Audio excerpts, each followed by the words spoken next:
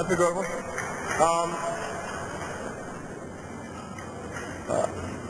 I would not have nominated Clarence Thomas.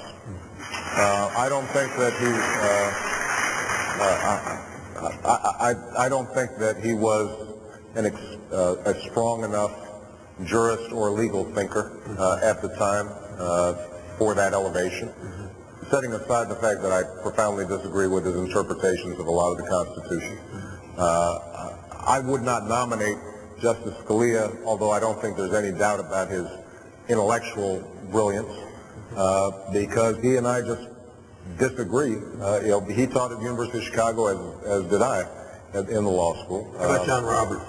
Yeah, John Roberts, I have to say, was a tougher question only because I find him to be a very compelling person, in conversation individually. He's clearly smart, very thoughtful. I will tell you that how I've seen him operate since he went to the bench confirms the suspicions that I had and the reason that I voted against him.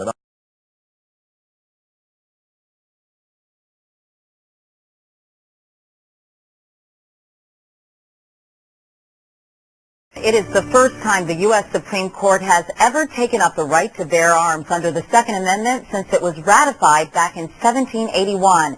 And the justices concluded that Americans do have a right to own guns for self-defense and hunting. It was a 5-4 ruling. Justices Alito, Kennedy, Roberts, Scalia, and Thomas in the majority. Dissenting were Justices Breyer, Bader Ginsburg, Stevens, and Souter.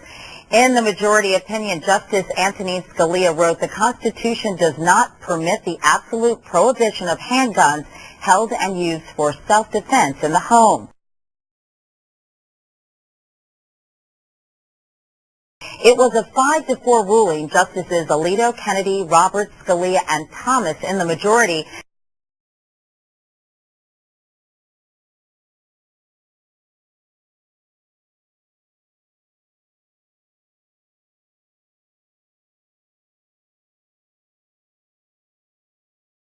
Wyatt Andrews begins our coverage tonight.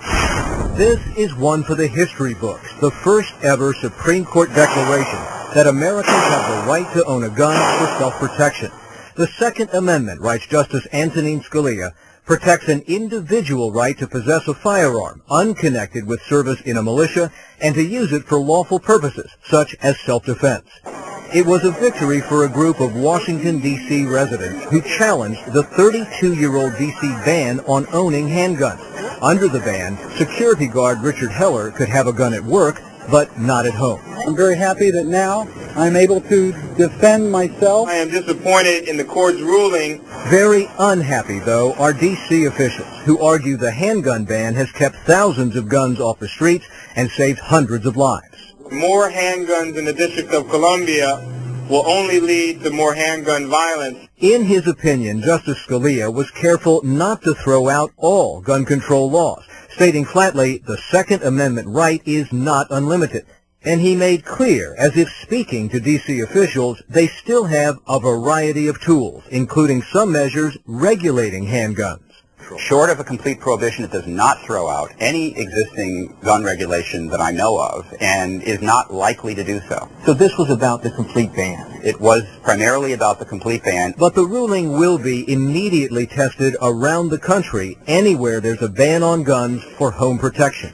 You can't say some people in the country can have a firearm in their home for personal protection, but in other part of the country, you can't. That's not the way we work in the United States. Finally being able to own a handgun, have been sorely disappointed since this summer's Supreme Court ruling striking down the city's gun law. That's because city leaders haven't exactly rushed to comply with the High Court's decision. Correspondent Shannon Bream explains. It was a day gun rights advocates had been fighting for years. June 26, 2008, they won big at the highest court in the land as the Supreme Court ruled that the Second Amendment guarantees an individual right to own firearms, striking down a decades-old ban on handguns in the District of Columbia. It was for 32 years I had waited for my rights to be vindicated. But some say the victory was short-lived.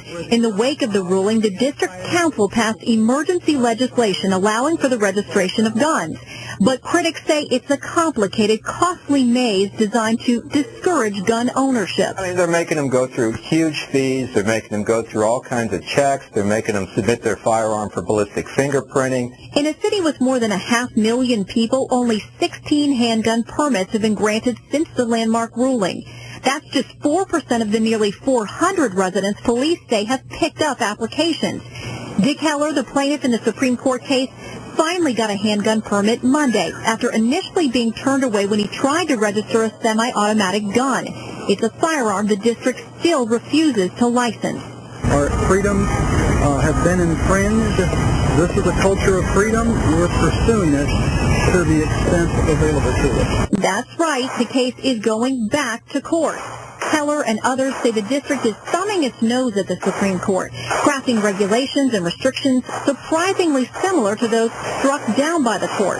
They're saying, sue us again. We don't care. Our opinion trumps the Constitution. We're going to throw the Supreme Court ruling out the window because we don't care what it says. We're not going to comply with it.